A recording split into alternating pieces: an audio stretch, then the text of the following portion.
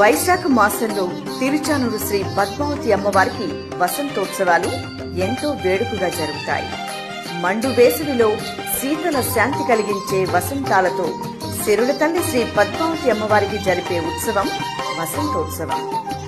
వసంతోత్సవాలలో భాగంగా ప్రతిరోజు అమ్మవారికి స్నపన తిరుమంజనం నిర్వహిస్తారు.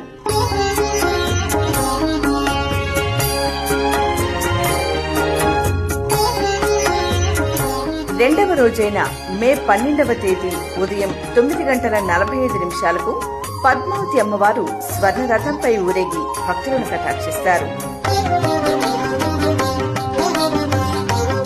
తిరుచానూరు శ్రీ పద్మావతి అమ్మవారి వసంతోత్సవాలు మే 11 నుండి 13వ తేదీ వరకు.